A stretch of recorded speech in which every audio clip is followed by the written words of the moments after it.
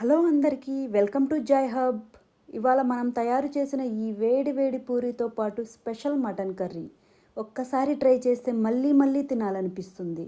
అతి తక్కువ మసాలాలతో తక్కువ ఇంగ్రీడియంట్స్తో చేసిన ఈ మటన్ కర్రీ పూరితో కలిపి తింటే చాలా రుచిగా ఉంటుంది.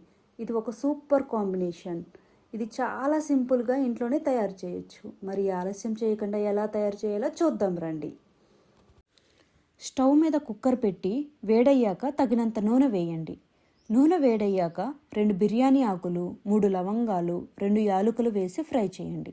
అవి కొంచెం గోల్డెన్ బ్రౌన్ రంగులోకి రాగానే 2 పెద్ద సైజు ఉల్లిపాయ ముక్కలు వేయండి. ఉల్లిపాయలు ఎక్కువ వేస్తే కర్రీ చాలా రుచిగా ఉంటుంది.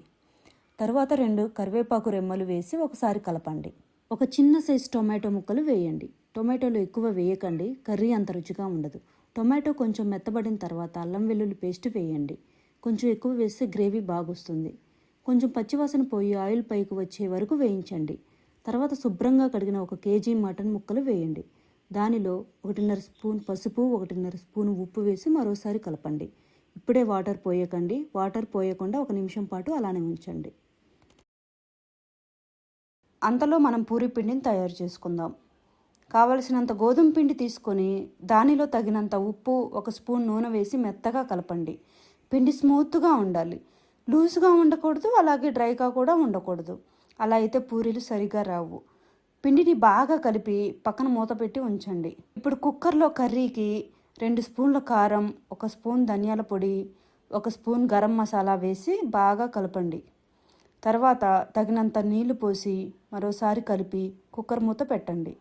అంతలో మనం పూరీ తయారు చేసుకుందాం. పూరీ కోసం కడాయి పెట్టి అందులో తగినంత నూనె పోసి వేడి చేయండి. నూనె బాగా వేడయ్యాక రుద్దిన పూరీని అందులో వేయండి. పూరీ నూనెలో వేయగానే ఎలా పొంగుతుందో చూడండి. అలా బాగా పొంగితేనే పూరీ మెత్తగా రుచిగా ఉంటుంది. ఇలా మిగిలిన పూరీలు కూడా తయారు చేసి పక్కన పెట్టండి. ఇప్పుడు కుక్కర్ 5 విజిల్స్ వచ్చిన తర్వాత స్టవ్ ఆఫ్ చేసి ప్రెషర్ పూర్తిగా తగ్గిన తర్వాత కుక్కర్ మూత తీసి చూడండి. దానిలో కొంచెం కొత్తిమీర వేయండి. ఎంతో టేస్టీగా గుమగుమలాడే మటన్ కర్రీ రెడీ అయింది. ఇప్పుడు వేడి వేడి పూరీలను ప్లేట్లో పెట్టుకొని ఈ రుచికరమైన కర్రీతో సర్వ్ చేసుకోండి. చాలా టేస్టీగా, ఎంతో రుచిగా ఉంటుంది. ఇలాంటి మరిన్ని వీడియోల కోసం మన ఛానల్ని లైక్ చేసి, షేర్ చేసి, సబ్స్క్రైబ్ చేయండి. Thank you all. బాయ్.